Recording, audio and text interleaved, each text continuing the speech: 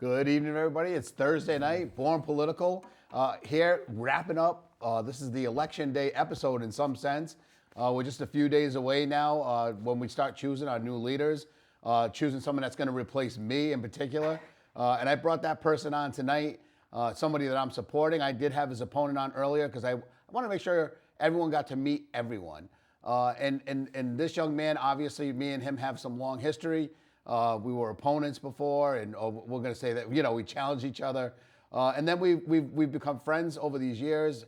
And through some tough times, I've had some personal issues, he's had some. But here we are today. And I'm supporting him back on his election, back on his road, heading to Hartford. Hopefully he's getting there. I know I've talked to a lot of people, and a lot of people have seen you around town. I know there's some dirt roads in the back of nowhere that people tell me that they've seen you. So that means that you are definitely you're definitely knocking the door. So, well, first of all, how's it going? It's you're near the end of the campaign. Like the finish line is there, and it's just got to cross it, right? Absolutely. Well, we've already this is part two. This is part two. Part two. Had the privilege of coming on the show a few months ago when we were just getting the campaign kicked off. But you're absolutely right. I love your show because you have on all the perspectives, and that's so important. As much as I want to earn the vote of every voter in the 41st district, the 41st district voters deserve to know who their candidates are, get to know them, where they stand on the issues, and so. But I liken our relationship and our history to the Williams twins. When they're competing against one another, stand back, stand clear. Yeah. But when they're on the same team on doubles, they make everybody shake. And so, that's right. But I've been so honored by your support, for this, obviously the open seat. And all I hear from folks is how much, it will be a tough act to follow. And I couldn't agree more with that sentiment. The work you've done for our district, we're getting lost in, I think, a lot of the noise of, from this campaign, but truly from the bottom of my heart, just again want to thank you for all that you've done for Groton, and know that you won't be gone forever, and we'll certainly be leaning on you quite a bit when we get out there. So. Yeah, where am I going? I'm still. I was never anywhere before I ran, and I'll be still sticking around. I'm not going. So you'll be hearing from me. Hopefully, when you're up there, I have a nice ear to talk to let you know which way I'm feeling about some issues. And when we first brought you on, BornPolitical, obviously to me was more about the people and who they were. But we're close enough to this election where I think people want to know where you stand on things, and we're going to talk about some issues that to me drive me, that made me want to run again and again, and make sure that I was able to support bills that were meaningful to me. Mm-hmm. One was this big bill that came up with the CBAC agreement that a lot of people, they didn't understand it. I do. I'm a union worker. I've been in the union my whole life, but that's a bill that I think, people they look at the other person and say, well, that guy's a nice guy. Mm-hmm. And this senator's a nice senator. But how'd they vote, right? And I think, you've been faced with that question before, CBAC agreement, but this last one, was that something that you would have supported up there or in the future? Absolutely, Joe. And I've said this a lot on the campaign trail, but, saying, yes, just like Joe did, I would have voted for X, Y, Z. And one of those certainly is the CBAC agreement. You cannot stand for working families. You cannot be an advocate for our state workers, including state police officers, if you don't support their pensions, you don't support their health care, don't support their benefits that they take home to provide for their family. And so you've spoken till you're blue in the face about it. But You've heard the story. Unfortunately, there are many elected leaders who claim to support, especially our police, but fail to do so when it comes to their protecting their livelihood and the benefits that they get from as state workers. And it's hard for me because when Lamont signed that bill, when we voted for that bill, they continually say that it's Democrats pandering to the unions for votes, and sadly, and I know the union leadership won't be happy when I say this, but it's not about the votes at all. I think for the people that signed those bills, it's more about, and it's not about pandering to the union. It's more about making sure those families are protected, that they have the same benefits that we had, and sadly, I don't think a lot of those workers actually support us at the polls. I mean, when we're starting to get some data back, and we've seen it with police somewhat, but there's a lot of folks that I work with. I know that DOT guys, that they say, Joe, I can't believe you're a Democrat. And I'm like, I can't believe you're a Republican. Like we voted for your contract every single time, and somehow we've become the enemy. And they've been able to do that with police unions also. Somehow they've been able to siphon off, because and you wouldn't remember this, you were young, but back in the 80s and 90s, the police just voted Democrat. Their contracts came through that. And at some point it turned, and it had to do with law and order, and somebody coming out with a message that we don't like police, and that's so far from the truth. I mean, we support them every time with our votes. I've seen you support them before with the votes. That's real votes, stuff that, and obviously that's the same question, I guess, because the CBAC agreement supported 46,000 state workers. Many of them were law enforcement, including our corrections officers, police officers, and that's a vote that you would have took. And your opponent, he hasn't been up there before, so we can't say that he wouldn't have voted for it. But had he been there and voted yes, he would have been only him and one other Republican that voted for it, and that would have been pretty hard to imagine that would have happened. But I'm not saying he wouldn't have. But to be endorsed by the union, you should think that would be an automatic yes for somebody. No, and you know how it works in Hartford, especially for the fiscal items. Oftentimes they happen along party lines, which I think is part of the problem. Is that both sides can't get in a room and tackle these issues when in most cases, and just like that would be not to benefit one side or the other, but just to benefit working families. Who gave their heart and soul to our communities. So, I think that's why it is important, and you know this, Joe. When you were first elected, when you ran against me, I had just one term under my belt, but that was the only experience I had. I didn't have local experience. I never served on the town council, and in the last 5 years, I've served on the Groton Town Council, supporting our various union agreements, including for our police officers and our clerical workers, our public works folks who day in and day out do great work for our communities. And so I have a record on that in supporting our working families locally. Part of the reason why AFSCME Council 4 has supported my candidacy, AFT has supported my candidacy, and a host of unions, SEIU, CSEA, because I've been on the side of working families just like you have. So as much as inflation's on the ballot and so on and so forth, so are these important issues impacting blue collar working class families here in Groton. I had Joe Courtney on last week, and when we talked about inflation, a lot of times I get it. I put something on Facebook and they said, "Oh, it's because of you Democrats did X, Y, Z." And ultimately, and I think most Republicans know this too, this is a global issue. Yes. This is every single country. We were in a pandemic for 2 years, and lo and behold, the supply chain got interrupted, and we're starting to see the effects of that, of where we started ramping up and spending again like normal, and production wasn't keeping up. So, I think any of us would be lying to say we have a grasp on what's happening. We don't understand it, but I think the fundamental of how we feel and how I know you feel is if we get the money into the bottom part of the economy, the working people, the people that not the millionaires and billionaires. And I feel like I'm sounding like Bernie Sanders when I say millionaires and billionaires. But in 2016, there were literally 1,300 billionaires on planet Earth. That's how many there were. And with those new tax cuts over the course of 6 years, that's been doubled. There's 2,600 billionaires on our planet right now. And for people that think that that's the way the economy was going to move forward and be successful, I think that's part of it. Why they those huge tax breaks to me are part of why we had the inflation. But the things that we can do locally really don't reflect what you're going to be able to do in Hartford. I mean, you're going to be able to probably keep the gas holiday tax, things like that. But we have to look higher than that. But you're running on a ticket with a very successful governor, in my mind. And your opponent has to run with Bob Stefanowski. Now, Bob has ideas that when they say ideas and they're at the top, you better believe if he gets elected, those ideas are going to get pushed into the legislature.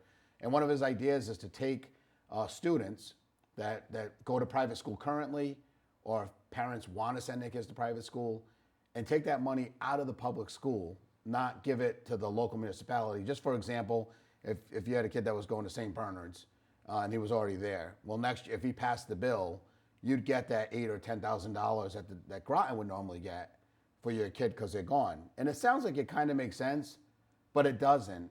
And I didn't get to ask your opponent this, but It seems like a drum that's beaten a lot from that side of the aisle, and Bob Stefanowski wants to do that. And to me, it's concerning. I don't know, what are your thoughts on that? Like, well, for starters, it would be disastrous for Groton.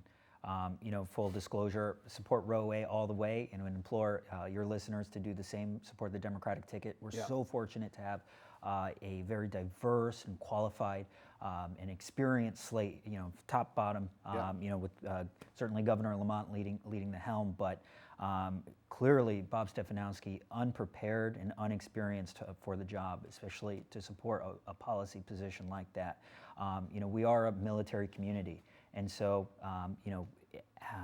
I'm not sure how that dollar follows the child approach would impact us. I think it would very much put us at a deficit because, Groton relies on those getting those numbers early on in the year to determine how much ECS funding we're going to get. And so if, the dollar follows the child, how is that factored in? But, at the end of the day, we have an obligation to provide strong public schools, period. And I certainly wouldn't begrudge any person for sending their child to private school. That is their choice. I've been the beneficiary of public school education, private school education, and that is a choice that should be made by the parent. But to deprive our public schools of the resources that they need, that they are entitled to because they are funded by taxpayers, I think is just negligent, quite frankly. And I think, when I keep hearing I'm a business guy. Yeah. I'm a business guy. Your opponent, he's a business guy, so he should be there because he has business experience. And I think that we've gotten so far. There's plenty of business guys in Hartford already. Just in case you want to know, I was the only construction worker that was up there. The only one. There's somebody that owns an electrical company, but somebody that was getting his hands dirty and then going up there. As far as that goes, that's over. But there's plenty of business people. There's plenty of lawyers. There's plenty of people that are in those trades, accountants. There's not plenty of you. Like young people that have this idea that, okay, you haven't been in this business forever, but you understand, to me, how taking money from a school would affect that. And I could see Bob that, Stefanowski, who is a businessman, would say, well, tell me this. If my kid's going to a private school, why wouldn't that money follow them? And it sounds easy. But my theory is, if you did that already, I think we did a study on it back when I was on the council, if that bill had passed, and we were going to lose like $5 or $6 million right off the bat, because we already have folks that send their kids to St. Joseph's, St. Bernard's, Williams School. In particular, Williams School, I think, is $20,000 a year. Folks that can afford to do that and are doing that, they continue to do it. What scares me is the folks that are on the cusp that say, I would do it if I had the extra money, and they do it. And now all of a sudden, we're left with this community that mom and dad are either military, right, and they're in a public school, or mom is working 2 jobs and they can't be on the PTA or the PTO, and all of a sudden our schools really I think it would hurt our schools in a way that maybe a business guy wouldn't understand. Maybe someone that's never been hands-on and in the community and understanding what it means for public education to be funded properly. And I don't even blame them for feeling that way, because on paper it sounds right, but we know what it would do in the end. And that's why I think, again, you haven't both experienced public and private, because I'm sure you hear it, right? Yeah. You got public education ones that say, oh, excuse me, Aundre, right? You're howdy-towdy, right? Yeah. You get that at all, or most people leave you alone? Oh, well, not so much. I think education is very much a decision that is best left with the parents. And so, every parent has the right to decide what is best for their child. If they want to homeschool their kids, I'm okay with that. If they want to send their kids to private school, I'm okay with that. But with that said, we still need to fund our public schools because some folks do not have the financial capacity to send their kids to a private school or send their kids elsewhere to a parochial school, for example. And there are so many other issues as far as how our education system is financed that we have to tackle before we are to ever entertain an unserious proposal like the money follows the child. case in point, the way we fund special education, which is something near and dear to me. My brother, he has autism, low functioning, very, very severe. And we've been so blessed and fortunate to live here in Groton that takes care of our kids with special needs. But again, Groton isn't reimbursed by the state of Connecticut for actually meeting the mandate to provide the best type of education for my brother. Until they triple the amount of this. There's all those formulas in place. Precisely. You triple the amount, and then all of a sudden Yes. you start getting money in. Yes. But And say if we were to move to a different town, perhaps that town may not have the financial capacity to support my brother's services. So, and I know certainly my family is not the only family in both Groton and Stonington faced with those decisions. So those are the types of things that I think you can find bipartisan consensus on, not these polarizing, feel good, sounds nice proposals that in reality would put our schools in financial ruin. And that's why I think the private schools, although they do produce, again, I talk to people that are in private school and they say, Joe, you got to understand, Fitch has a graduation rate and a college rate of X, Y, and Z. And God, if they went to this private school, I won't name them, but 93% of the kids that go there end up going to college and getting a degree. Yeah. But 100% of the kids that go there, the parents have paid $20,000 a year for them to go there, which tells me that both parents probably went to college. That and they're centered on education. And that kid was probably going to go to college no matter what school that kid went to, whether it was a public school or a private school.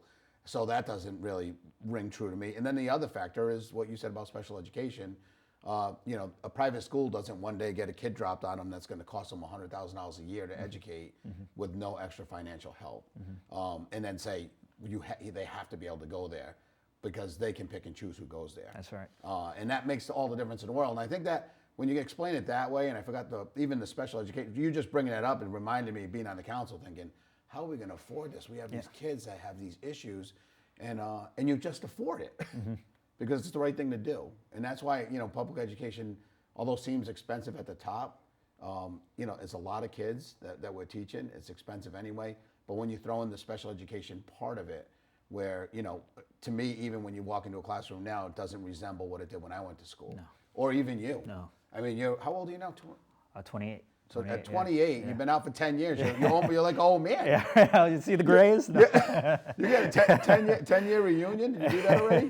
No. We got to start from scratch.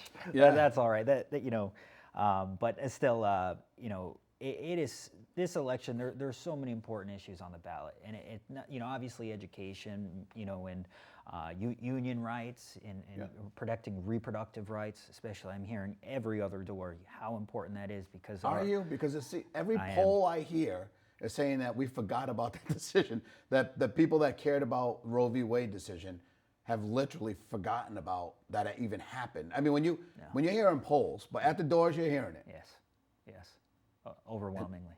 Really? Yes, on par with the economy. Absolutely. Yeah, and the difference is it's an issue that isn't just a vote getter for us. No. It's an issue that means a lot to us. We have sisters and moms. Absolutely. And for anyone and I get it, it's a deep issue. And I understand when people, it's critical for a lot of people, and it's the only thing they'll vote on both sides. There's some people but for people to forget of what happened, like I said, I've been joking around saying Democrats fall in love and Republicans fall in line. And my example is Herschel Walker. I mean, this guy is a horrible candidate. Great football player. I'm a Dallas Cowboy fan. One of my all-time favorite football players, but just not a guy that should be voting for us. No. But he has a really good chance because there's a segment that's just going to, no matter what, get in line and vote for that one person because he has an R behind his name, and I hope we're not that party either, where we just send anybody up there because blindly. I just hope we don't ever get to that point. Yeah. But it seems like they're at that point down in Georgia right now. Or how about even John Fetterman? Actually, kind of reminds me a bit about a little bit like you. Maybe makes a lot of sense when he talks. But when he's up there, maybe he doesn't always dress like everybody else. No, that's me. That's me. I think people respect that, but when that's tightened up dramatically too. It has. and then we have these issues, and I talked to Joe Courtney because we got to not only it was codified before I got there, Roe v. Wade, but since I've been there in 6 years, we've actually done a couple more things to strengthen it. We've voted on bills that provide more access in different ways, and the governor has said certain things about it. Your opponent has said that he is, I think he stands with where we stand on abortion in the same manner. From what I hear, from what he says. It's different when you have to vote on things sometimes. It's not always the same as because you do get pressure from your party about what, to give other people cover to vote this way. And I don't think that he would. I mean, he has 2 daughters, and he spoke pretty passionately about them on that. But it's an issue that people think it's been put to bed here in Connecticut, and it hasn't. Mm-hmm.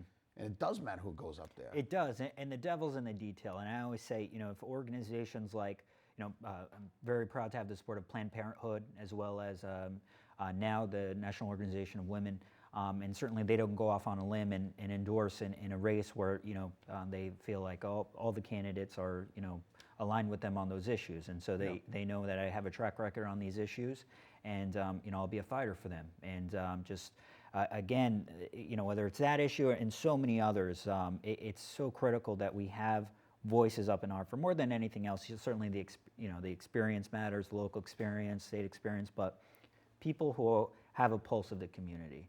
Yeah. One thing, when you and I ran against each other in 2016, all that I heard at the doors was, wow, it is so refreshing to have candidates that refuse to throw their opponent's name in the mud and just focus on the issues, focus on why they would like to serve their community in that elected capacity. Without disparaging their opponent or pulling out all the tricks. And so I just wish that since then so many campaigns got that memo.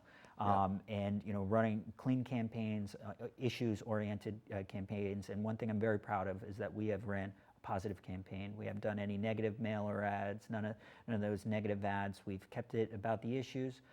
Even I've developed even a nice rapport with my unaffiliated opponent, but he's a nice kid.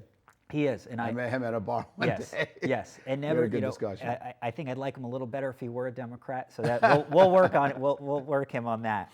But I do think he's got a bright future here in Groton politics, and I just hope, and I would ask my Republican opponent, Mr. Boris, that he remembers that once this election is over, no matter who is successful, we all have to live together in this community. That's right. And we can agree to disagree on the issues, but we ought to maintain the respect and civility. So I would hope he lives up to that, and certainly very proud of again this positive race we've ran, and very excited about Tuesday. Well, on Tuesday you're going to find So there's a lot of stuff that people don't understand. When you get elected, people say, "Oh, you won." Yes. And it's a great feeling, and all of a sudden you're getting calls. Yes. Caucus calls. Yes. Calls where and you have to make a list of which committees that you're interested in. Right. Because that's really important. When people run, they don't just run because they want to run.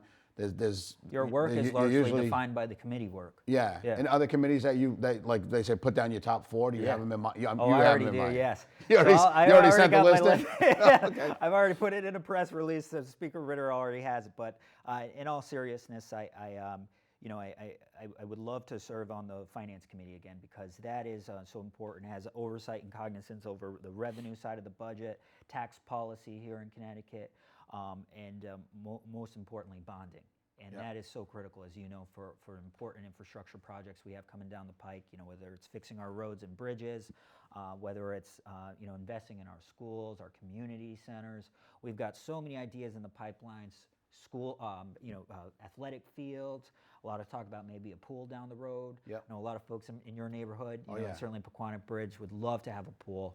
And so it's a tough balancing act, because you can't fund everything all at once. You got to do it.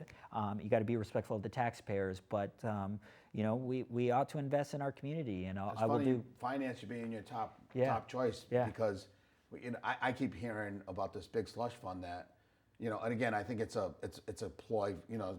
Stefanowski says he gets in, he's just going to send people checks back.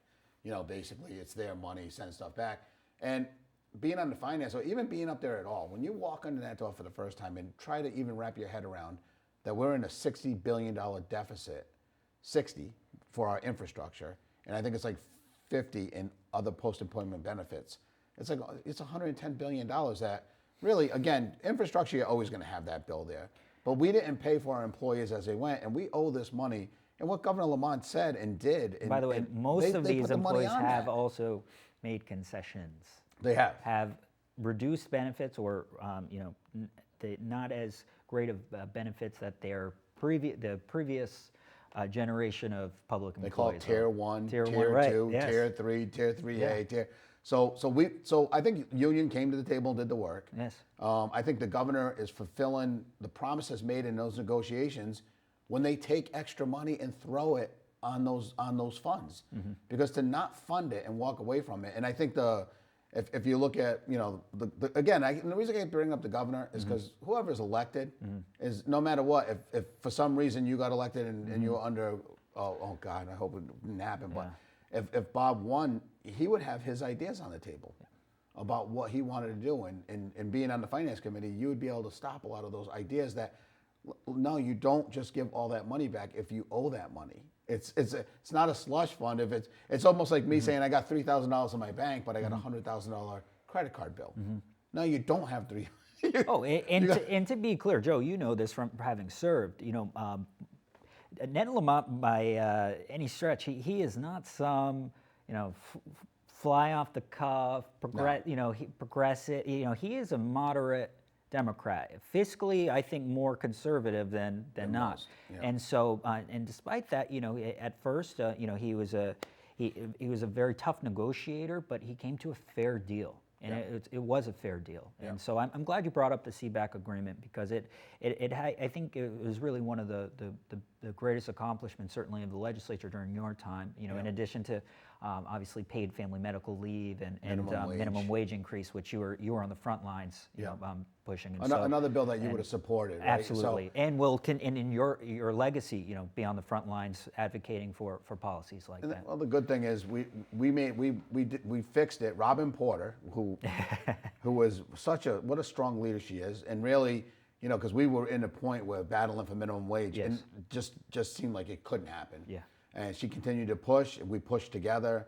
When it got over the top, and we realized that we wouldn't have to vote on this again. You're not going to have to vote on this. So it's now tied to inflation. Tied into inflation, just like Social Security. At a time when nobody could define what inflation was, right? Yeah, exactly. Exactly. But they always figure out the COLA raise, right?